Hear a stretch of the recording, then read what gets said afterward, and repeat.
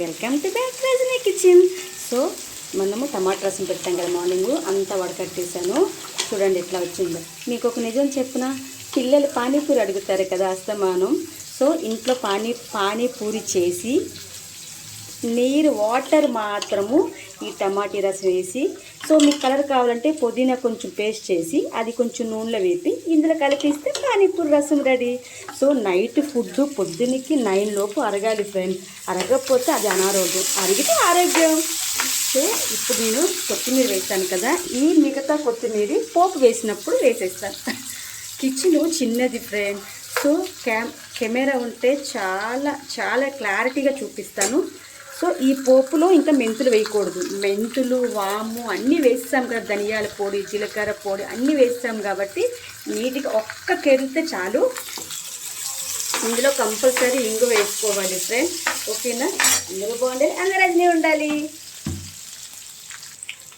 పసుపు వేసాను ఎందుకంటే నాకు ఒక చేతితో ఫోను, ఒక చేతితో ఇది అవ్వట్లేదు ఫ్రెండ్, సరేనా? పానీపూరి చేసినప్పుడు ఈ వాటర్ కంపల్సరీ వేసుకొని తింటే ఆహా అనిపించకపోతే నా పేరు రజనీ కాదు. ఇప్పుడు వేడిగా ఆమ్లెట్లు, సగ్గుబియ్యం వడియాలు వేసుకొని తింటే ఎంత బాగుంటుందంటే ఫుడ్డు.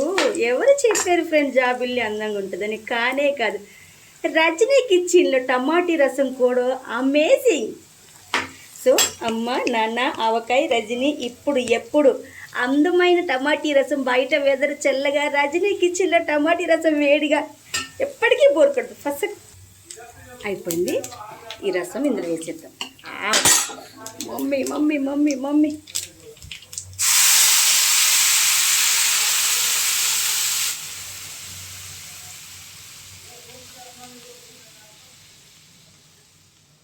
మొత్తం వేసాం కదా.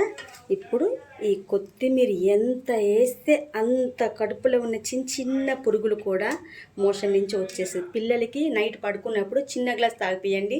నైట్ ఫుడ్ అంతా మార్నింగ్ అరగకపోతే నా పేరు రజనీ కాదు. సో మనం మూత పెట్టిద్దాం.